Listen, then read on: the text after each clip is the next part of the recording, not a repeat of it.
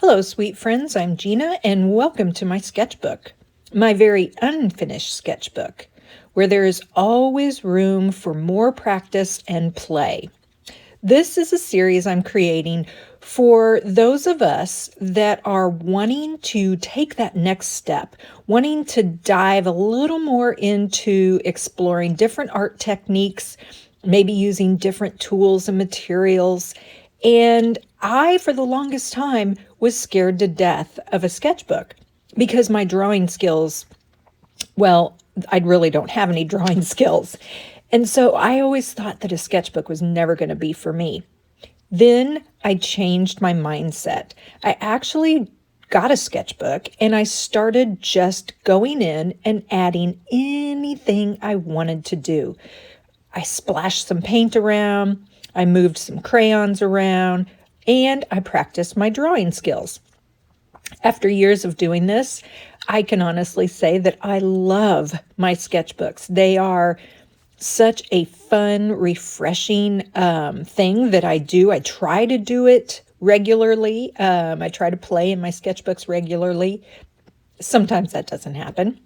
But from these sketchbooks, I'm able to find stories and ways to tell stories in my journals and my scrapbooking and my standalone art pieces. And so these are just precious little places of play. Now, in my sketchbooks, I use mostly acrylic paints, a lot of crayon. There's a wax. You can see I'm using a wax crayon here. I think it's a beeswax crayon, but you can use any kind of materials you like in a sketchbook. You can use watercolor, you can use inks, you can use collage. There's no limit to what you can or cannot use. Like it's just, there's no rules. So I also have a more abstract, messy style, as you can see here. And I am, let's see, my daughter calls herself a minimalist. So I would say I am a maximalist. I always overdo. I'm extra. I'm very extra. But you don't have to be. You can use the sketchbook however you see fit, and you can make it as minimal or as extra as you want. You can add words, you can add photos, you can add ephemera, you can just keep it with a pencil, or one type of medium. Maybe you just do watercolor. There's nothing you can't do in a sketchbook. So the name, Unfinished Sketchbooks. Why did I call this series Unfinished? Here's where I came up with this. See, whenever I would scrapbook many, many, many years ago, I would always scrapbook until the page was done, right? And then I'd put it in a book and it would sit there. And if people wanted to look at it, there it was. Then I got into journaling, art journaling, junk journaling.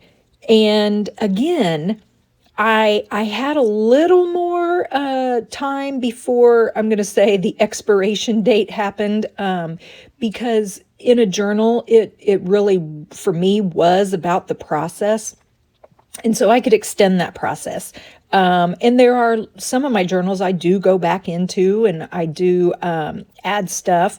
Mostly, though, I will have a piece in there or a page in there, and I just, it gets to a point where it's kind of done. And I just don't feel that way about sketchbooks. For me, a sketchbook is always open. There is no expiration date. Like there's always something else I can add. So you see, when I started this page, this was a page that I had already had several layers of paint on.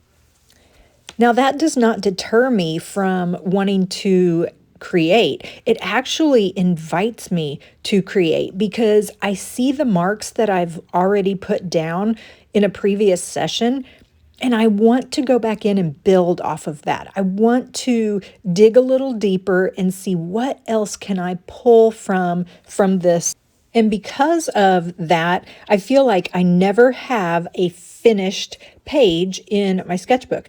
It's continuous. It's always there waiting for me to add something else or take something else away or totally change something, and like wipe the slate clean and start all over. So I feel like it's like a merry-go-round, and I can just jump in at any time and I can take it for a ride. And then when I'm done, I just hop off and it's there waiting for me to jump back on again, whenever I want to do some practice and play. When I'm working in my sketchbook, if I'm working on a page and I have leftover paint and stuff, I always find another page in the sketchbook to wipe off that paint. And then that gives me a really good starting point when I want to move on to another page and I don't want to start with a blank page. Like I've already got some stuff here. And so I would just take a look at it and I'd be like, okay, what in this page right here, what is calling to me? What is begging for me to find a story or make a story about it? And that's the little dance I play in my sketchbook.